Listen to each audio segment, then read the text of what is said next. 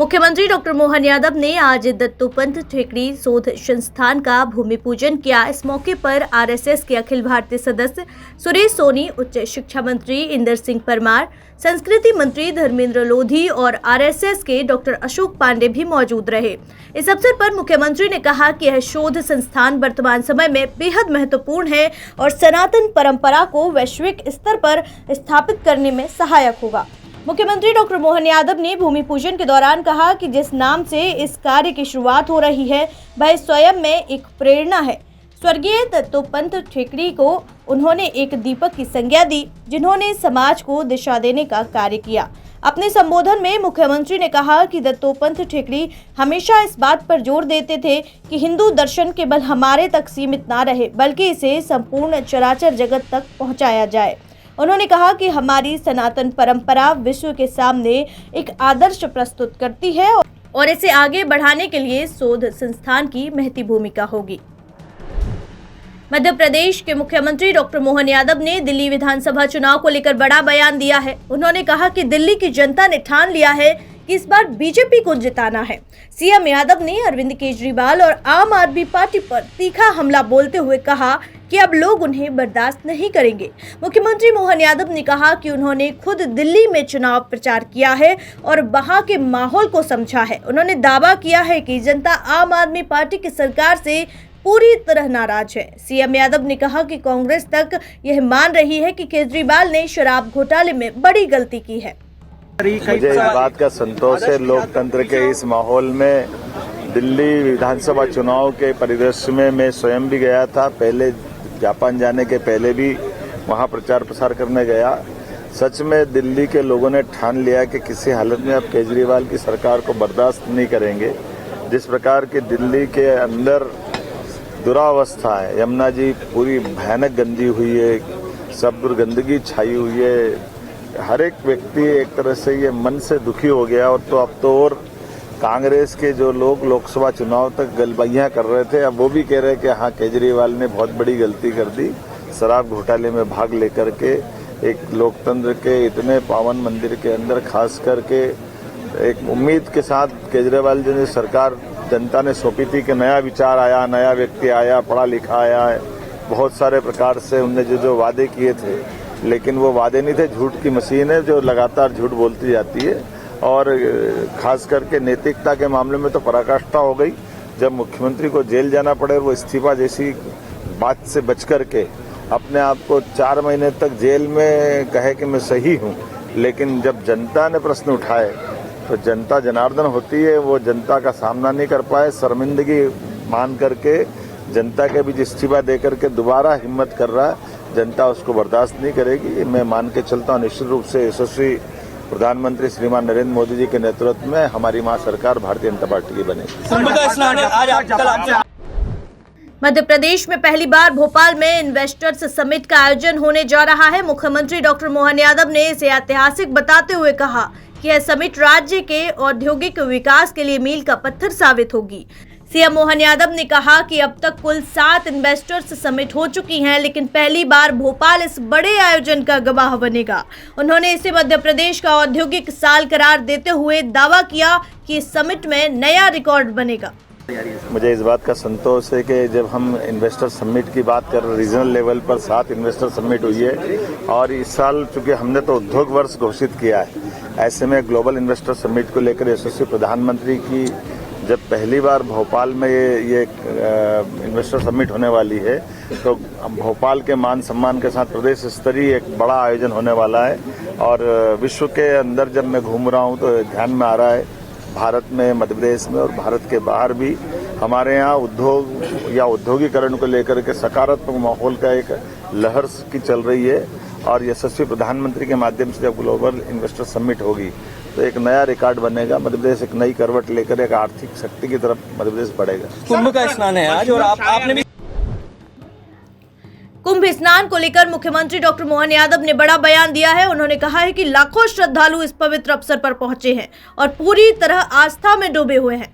मुख्यमंत्री ने कुंभ के सफल आयोजन को लेकर संतोष व्यक्त किया है और कहा है कि इतनी बड़ी संख्या में श्रद्धालुओं का आकर स्नान करना और पूरे आयोजन का सुचारू रूप से संपन्न होना यह मामूली बात नहीं है। सबका सौभाग्य है। वसंत पंचमी सच्चे अर्थों में आज सार्थक हो रही है। हमारे यहाँ एक रिसर्च सेंटर स्वर्गीय दत्तोपंत ठेंगड़ी जी के नाम पर, यद्यपि ये संस्थान तो 2011 से अपनी भूमिका में है, लेकिन जीवन के विविध पक्षों को लेकर के अलग अलग प्रकार के रिसर्च को प्रोत्साहन देने के लिए जिस प्रकार से शोध संस्थान का काम बढ़ रहा है, आज वैश्विक परिदृश्य में इस शोध संस्थान की और ज़्यादा आवश्यकता है, जो भारतीय चिंतन मनन के साथ जोड़ करके हमारे सभी प्रकार के अलग अलग विचारों के बारे में रिसर्च को प्रोत्साहन देने के लिए ये बड़ी भूमिका अदा करेगा। ऐसे में मैं अपनी ओर से शुभकामना देता हूँ। आज भूमि पूजन में मैं स्वयं शामिल हुआ। मेरे साथ माननीय संस्कृति मंत्री, शिक्षा मंत्री, हमारे चिंतक, मनीषी, राष्ट्रीय स्वयंसेवक संघ के अखिल भारतीय कार्य समिति के सदस्य श्रीमान सुरेश सोनी जी भाई साहब और माननीय इस न्यास के अध्यक्ष श्रीमान हमारे अशोक पांडे जी, और सबके साथ मिलकर हमने आज जो ये भूमि पूजन किया है, मुझे उम्मीद है कि जल्दी से जल्दी ये न केवल भवन बन के तैयार होगा, बल्कि भवन के अंदर की जो मूल भावना है, जो जीवन के सभी पक्षों को लेकर के रिसर्च को प्रोत्साहन देगा, ऐसे में एकेडमिक साइड से ये एक माइलस्टोन का काम करेगा। मैं ये मान के इंदौर कलेक्टर आशीष सिंह की अध्यक्षता में टीएल बैठक संपन्न हुई, जिसमें सभी विभागीय अधिकारी शामिल हुए। कलेक्टर ने सीएम हेल्पलाइन की लंबित शिकायतों के जल्द समाधान के निर्देश दिए हैं। जनवरी की रैंकिंग में राजस्व विभाग में 1515 में से 715, वित्त विभाग में 212 में से 148 और लोक निर्माण विभाग में 95 में से 44 शिकायतों का निपटारा हुआ। इंदौर की रैंक 27वीं रही। कलेक्टर ने विकास कार्यों, सरकारी योजनाओं की जागरूकता और अधिकतम लाभ सुनिश्चित करने पर जोर दिया। देखिए, टीएल बैठक में सभी अंतर्विभागीय समन्वय के मुद्दों पे चर्चा हुई है और खास तौर पर सीएम हेल्पलाइन में विशेष तौर पर चर्चा की गई। ज़्यादातर डिपार्टमेंट्स की स्थिति अच्छी है, लेकिन कुछ डिपार्टमेंट्स ऐसे 4-5 हैं जिनको और अधिक सुधार की आवश्यकता है, आखिरी के जो टॉप 10 में हैं। लेकिन अभी इस महीने की रैंकिंग के फाइनलाइज होने में लगभग 15 दिन का समय है, तो इतना समय उनको प्रदान किया गया है जिसमें उनको और अपना प्रदर्शन बेहतर करना है। और देखिए, राजस्व को लेके एक मोटी मोटी बात हुई है। कल आरओ बैठक शाम को 4 बजे बुलाई गई है। उसमें सभी एसडीएम और तहसीलदार, चूँकि अभी ट्रांसफर्स भी हुए हैं, तो उन सभी को बुलाकर जो राजस्व के संबंध में निर्देश हैं वो प्रदान किए जाएंगे।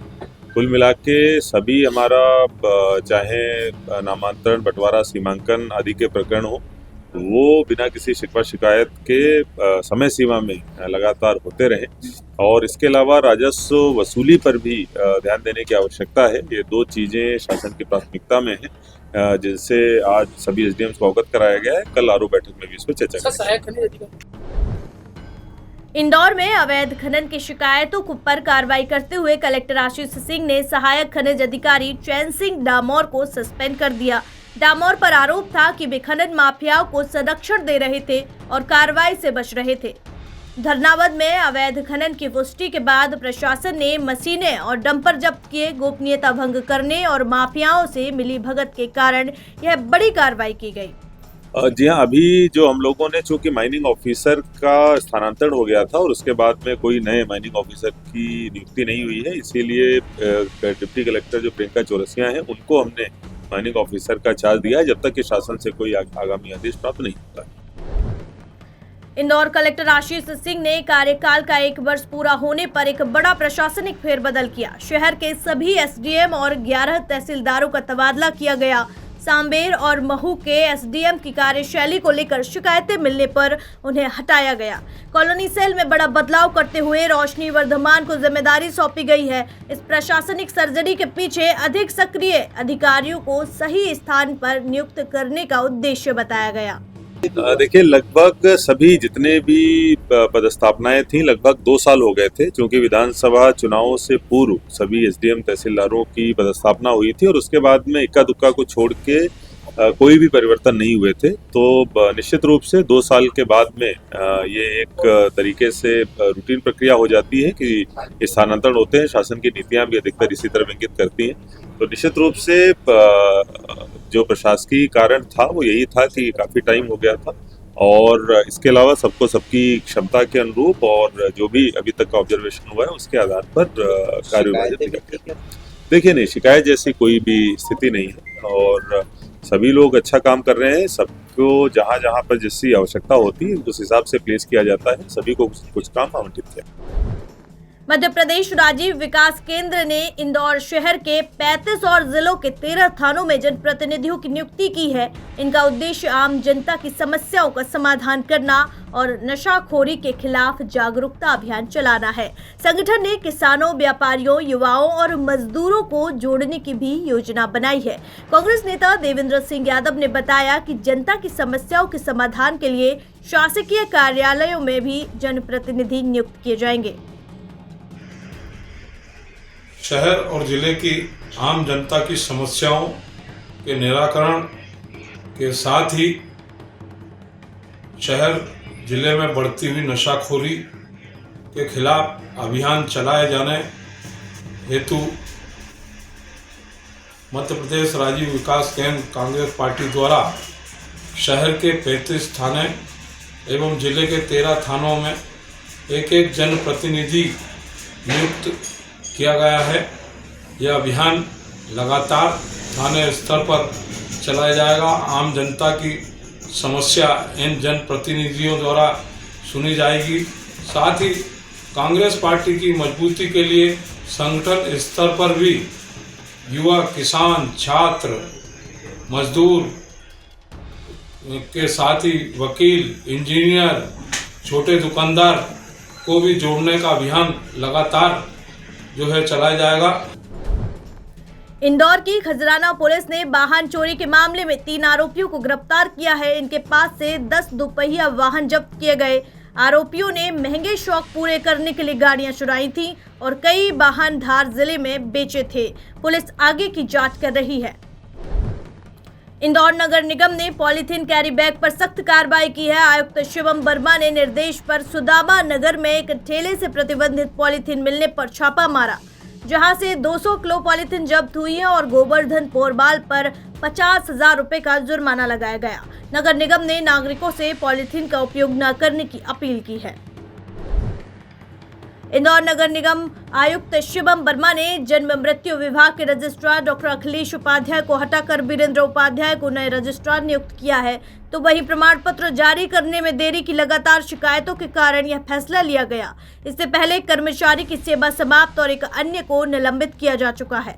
नहीं, देखिए, जनमृत्यु नगर निगम हमेशा अपनी सेवाएं देने के लिए प्रतिबद्ध है और समय पर लोगों को सेवा मिलता है, जैसा माननीय मुख्यमंत्री जी का स्पष्ट निर्देश है। उसी के तहत नगर निगम इंदौर भी काम करता है और ऐसी किसी भी सेवा की प्रदाय में अगर कोई हीलावाली होती है तो उस पर हम लोग कार्रवाई करते हैं। वो सभी विभागों को पूरी तरह चलती रहती है।